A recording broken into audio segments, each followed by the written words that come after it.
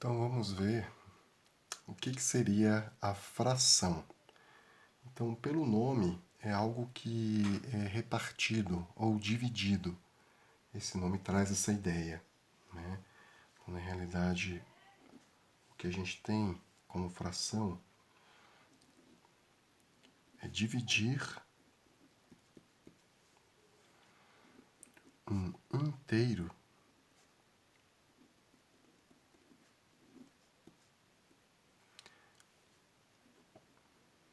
em partes iguais. Então, a fração tem também esse sentido do que é justo no que se refere à divisão, por serem partes iguais. Então, um inteiro podemos representar aqui por um círculo,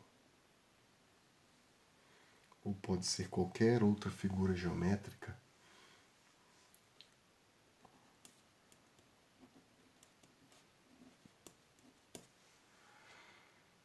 Se a gente parte esse círculo,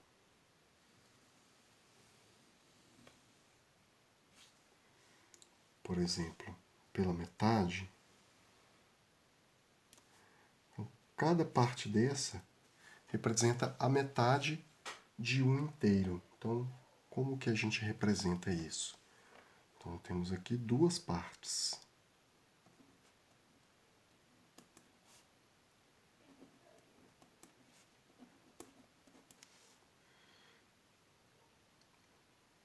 Então, houve um fracionamento.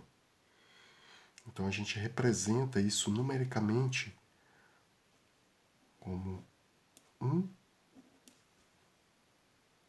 embaixo o 2. Né? Então, matematicamente, como é que seria isso? Essa parte de cima a gente chama de numerador.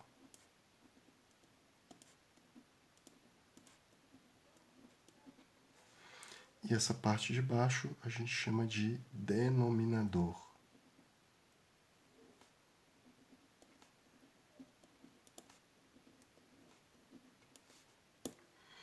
Então, denominador é aquele que denomina, aquele que dá o nome.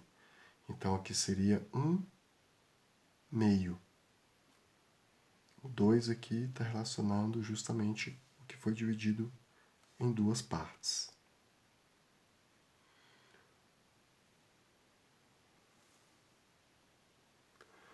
Se eu tenho uma figura geométrica que foi dividida em 3 partes, cada uma dessas partes aqui compreende o que a gente chama de 1/3.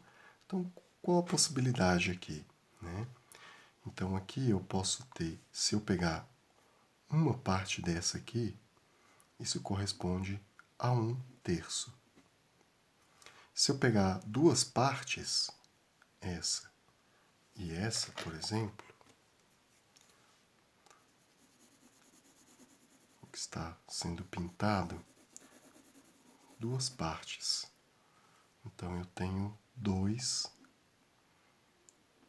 do que foi dividido. E se eu pegar tudo, o que eu tenho? 3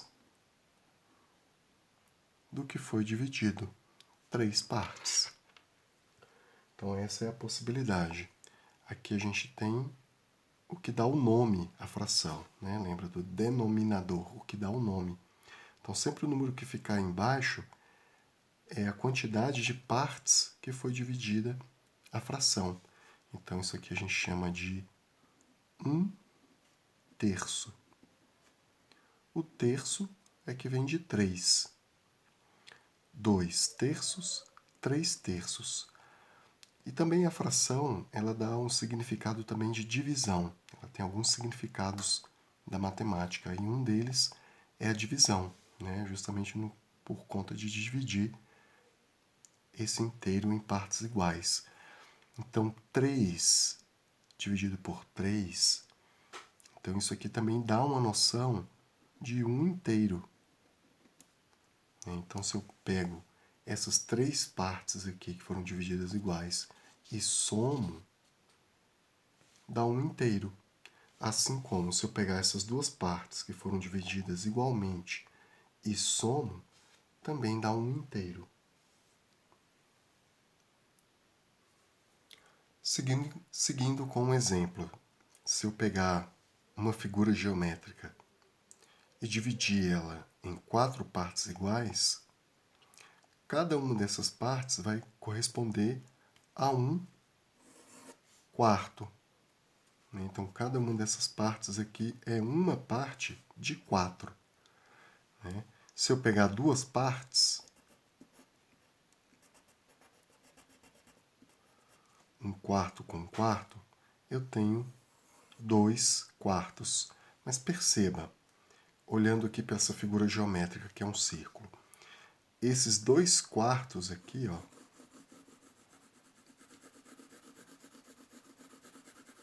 que é 1/4 mais 1/4, corresponde justamente à metade do círculo. Então, novamente, podemos ter esse significado da divisão, né? Ou seja, podemos simplificar esse 2/4 por 1/2. Tem o mesmo significado. Como que é essa simplificação? Matematicamente, há um equilíbrio. Se a gente utiliza uma ferramenta, ou seja, se eu divido aqui em cima por 2 e divido aqui embaixo por 2, eu chego justamente na questão geométrica, né? Metade, 1/4 mais 1/4, ou simplesmente 1/2. Se eu pego mais uma parte, 1/4,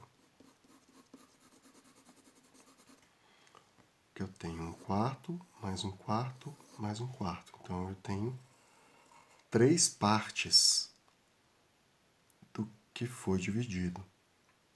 E se eu pego mais 1/4, aí eu tenho o inteiro.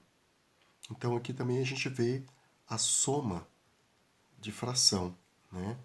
Esse número aqui de baixo, ele não se modifica, porque ele é justamente o que dá o nome à fração, né? Essas são as possibilidades de uma figura dividida em 4 partes iguais se apresentar.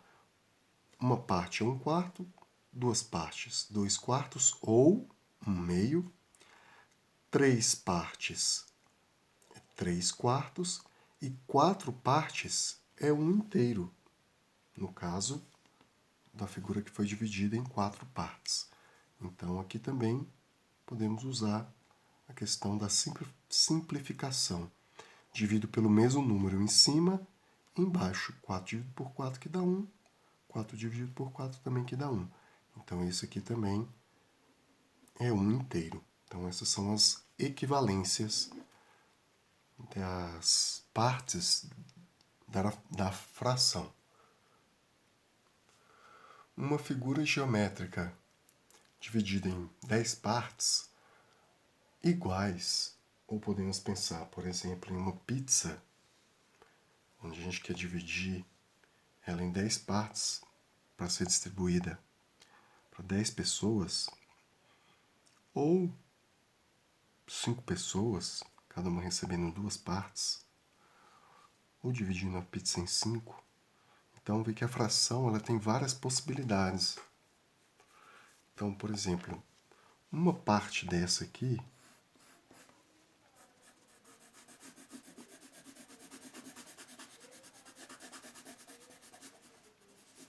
representa uma parte de 10.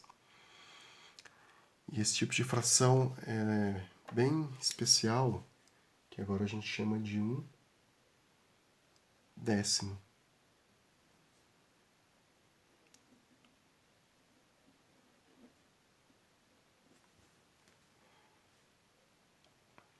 2/10, 3/10, 4/10, 5 e assim por diante. Então, um pedaço desse aqui corresponde a 1/10.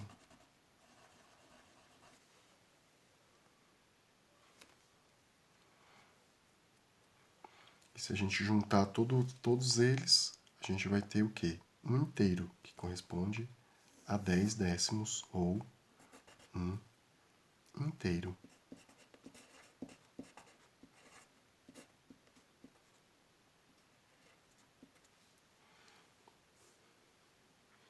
E aqui a gente também tem os números decimais, porque a fração também ela pode ser escrita em forma numérica, né? Na realidade, quando a gente tem o numerador menor que o denominador, que foi até agora os exemplos, a gente tem números menores do que 1.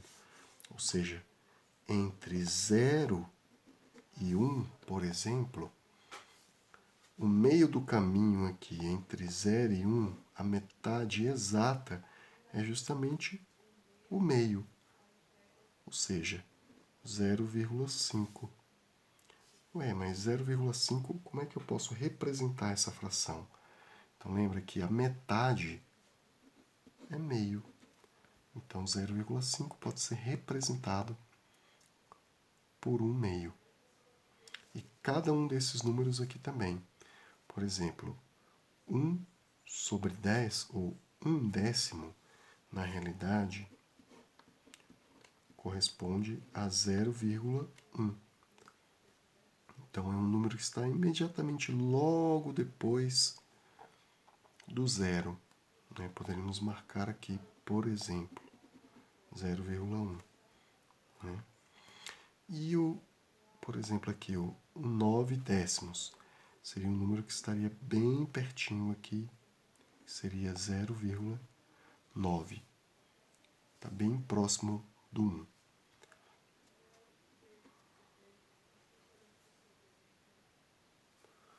Podemos também fazer a soma das partes de frações.